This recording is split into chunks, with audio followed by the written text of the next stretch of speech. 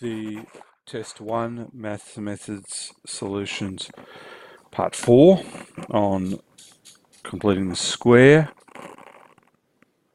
to put an equation in turning point form, to find a turning point, and to sketch a graph labelling all points. This particular page is about graph sketching, and the exercises that relate to it are 3D, 3E and 3F. 3D, E and F have turning point form, completing the square, polynomial form, etc. We've completed the square before in this test, and again we're going to do the same thing. We'll do it reasonably quickly. To complete the square and thus put it in turning point form, you add half of the coefficient of x, which is 2, and square that, and then you also take that away. I automatically always use brackets just to make sure I don't get anything wrong with negatives, etc.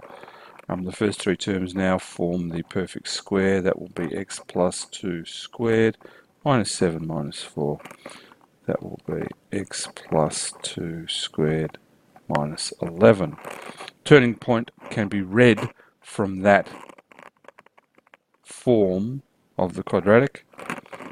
The graph will in fact move opposite to the sign in the bracket sideways, so it will go backwards 2 minus 2, and will go down 11. And so the turning point will be backwards 2 and down 11, which will be minus 2 minus 11.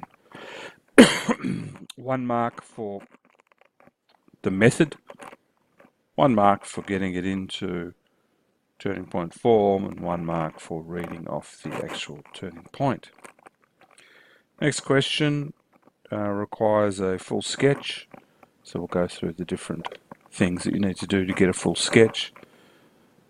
First of all, the simplest is to find the y-intercept.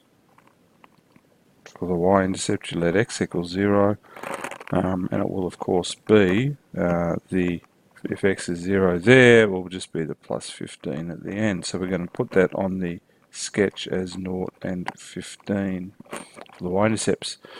For the x-intercepts, we let y equal 0.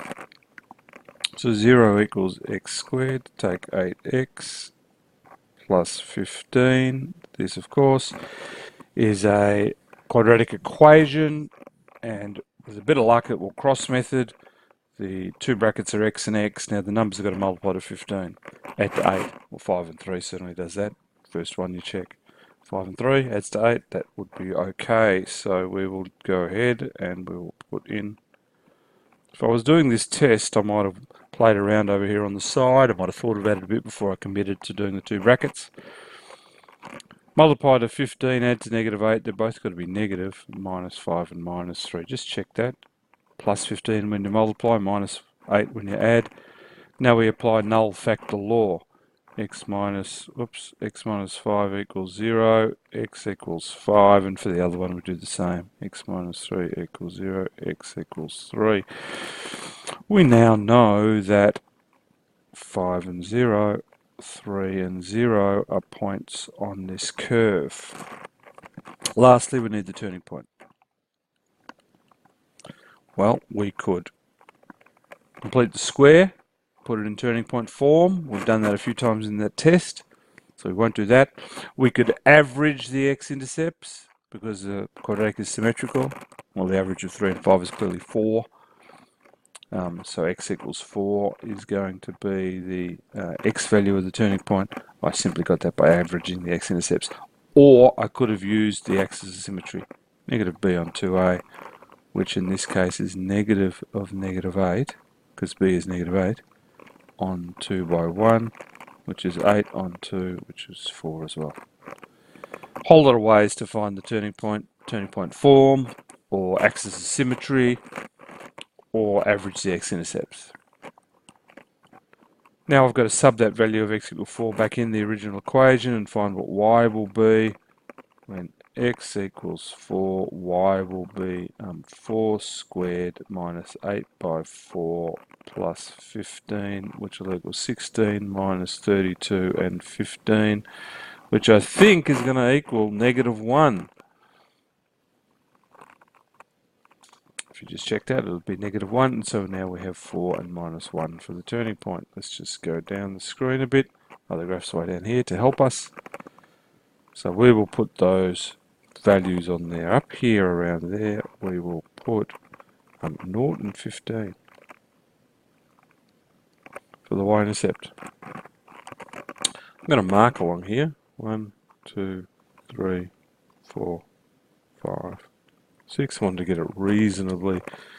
Now, 4 and -1. 1, 2, 3, 4 and -1 is about there, and that is my turning point. Just there. 5 and 0 was that x-intercept. Just there. 3 and 0 is that x-intercept. The graph is going to go through all those points. Not great. It's obviously not great. Oh my god. Oh, stuff's going all over the place as I try and rest my hand and draw a graph. Damn. Okay. So,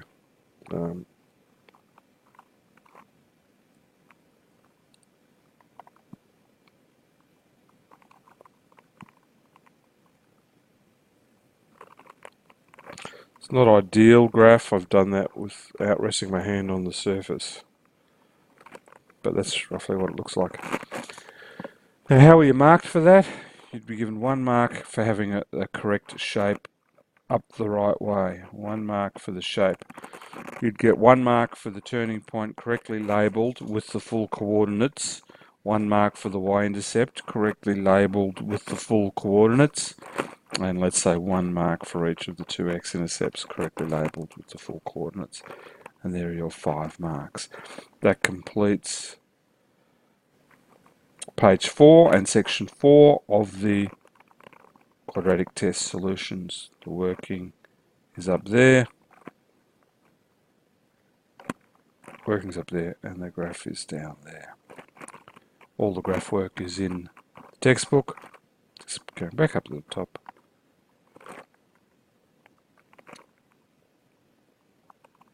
(3D, E and F). 3D, E and F. Apologies for jumping around all over the place. That's question 10 and 11, section 4.